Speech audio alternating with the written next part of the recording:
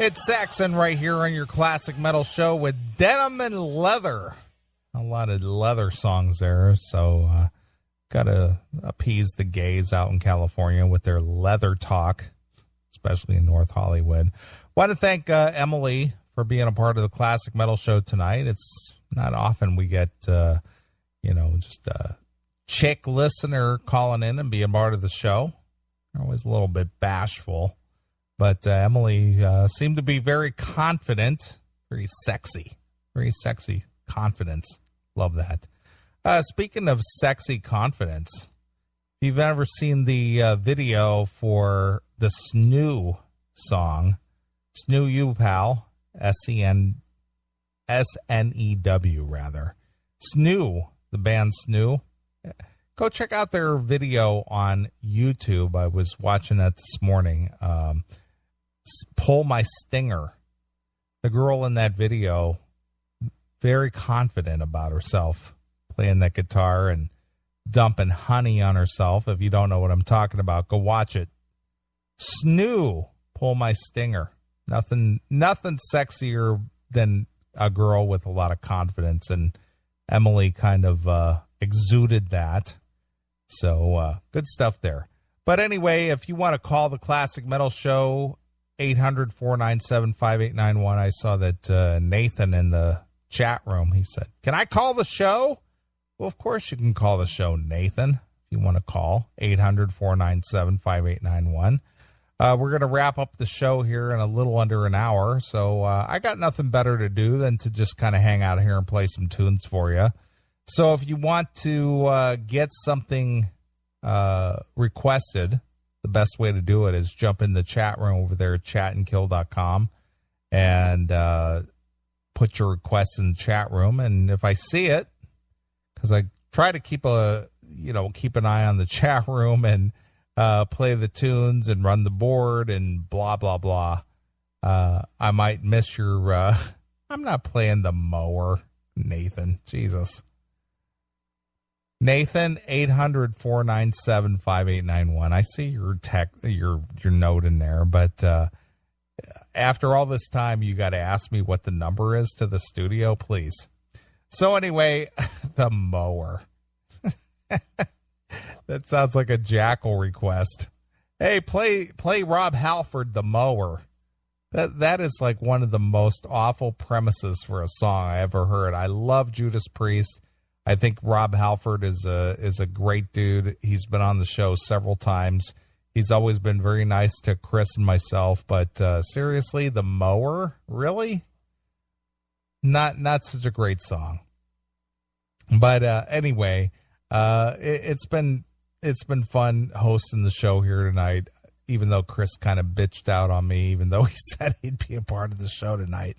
But anyway, I'm going to take a call. Is that you, Nathan? Yes, sir, Mr. Neely. How are you?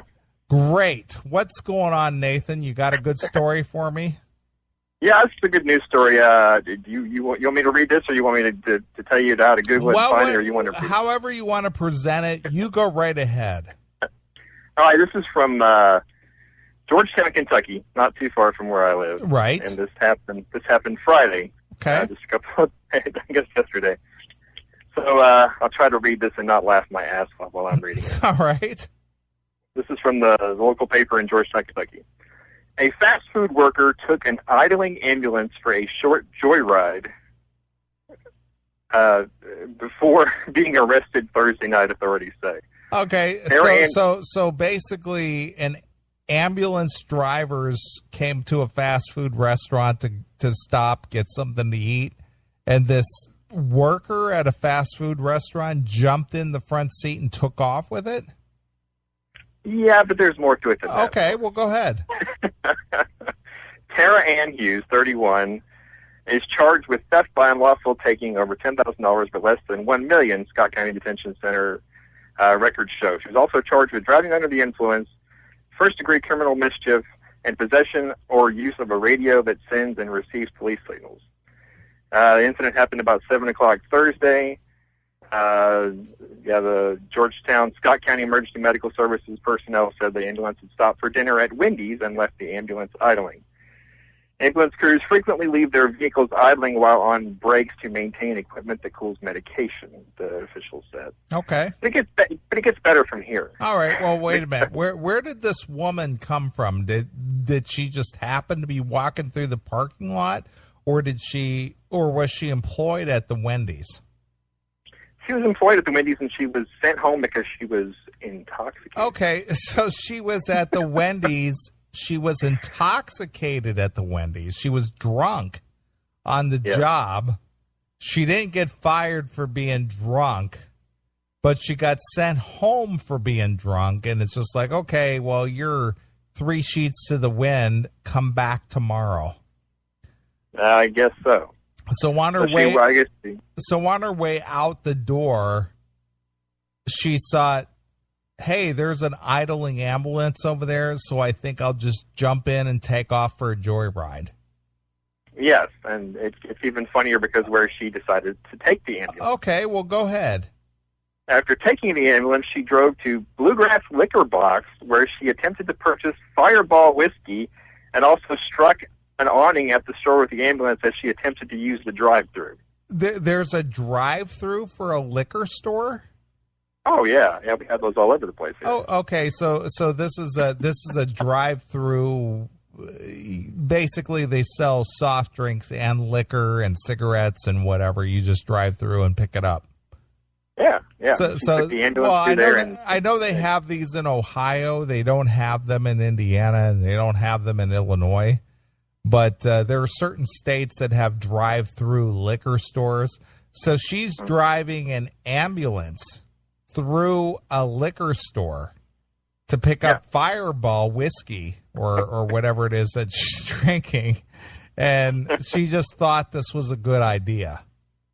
Yeah, and of course the ambulance is too big and it hits the awning of the overhang of the drive-thru. So then she evidently the people working there freaked out and called the police, and they eventually caught her at a nearby convenience store, but she evidently claims that she was so drunk she thought she was getting into her father's truck. Okay. Yeah, so she thought this ambulance was her father's truck in the parking lot. All right. So that's about it. She got obviously is in jail, and she's up for some sort of a dumbass of the year award or something. Well, this is what makes me wonder. Somebody who works at a fast food joint comes to work or actually becomes inebriated at work, and they just say, you know what, you're too drunk to work. You need to just go home, sober up, and we'll see you tomorrow. What employer does that? Say, you know what, you're kind of 3 sheets to the wind. I think you just need to go home and sleep it off and come back tomorrow on your shift. What employer does that without saying, you know what, you're drunk here at work, you're fired, you're gone? Makes you never want to eat at a fast food restaurant again, thinking that those people work there. Of course. But this is Kentucky, right?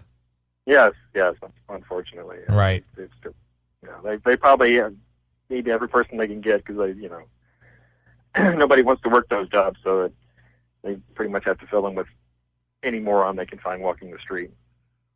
So basically, she leaves her Wendy's job after making a batch of chili, grabs the idling ambulance, drives to a drive-through liquor store, drives through there, knocks down the awning. Now, did she get her Fireball, what she was there to purchase? Did she get that? No, I don't believe so. I think then she got caught at a nearby convenience store. Okay, so they basically said, "Hey, you knocked down our awning. We're not going to sell you the Fireball." So she just put it in drive and ripped through the drive-through and took off. Yeah, pretty much. Nice, pretty much. Excellent. But it was like but one you have to wonder though. I know they leave ambulances running, but don't they lock them? That I don't know. I'm not an ambulance driver, but I have seen plenty of them idling. And I understand that, aside from keeping, essential medication cooled by, running the coolers and the refrigerators and whatever else they, on board, things that they have on board, that if they get a call, they don't want to risk trying to start it, and for some reason it doesn't start, so they just leave it idling. So that I don't know. They could have multiple sets of keys, so they could lock the thing or something. Sure. Well, since I got you on the phone and you want to be a willing guest host, sure. What the hell? I'm going to read you a story and let you comment. Well, I feel special now. So you're going to be you're going to fill in for the absent Chris Aiken. I'm not drunk enough to be Chris, but I'll try. Is that the impression Chris leaves on you, that he's drunk? No. He said he's been trying to clean up his act here recently, but then he on Facebook the last couple of weeks he's been talking about how much he's been drinking again. Right, exactly. He goes on binges. He's a binge drinker. Hey, it's okay. I'm drinking right now too. So he'll go for 6 weeks to a couple of months clean, sober, and then he'll just go on a binge. So that's just Chris. Hey, he just makes up for lost time. He's not as bad a driver. Demon's trying to say that he's as bad a driver as this woman in Kentucky, but I don't think he's that bad. All right.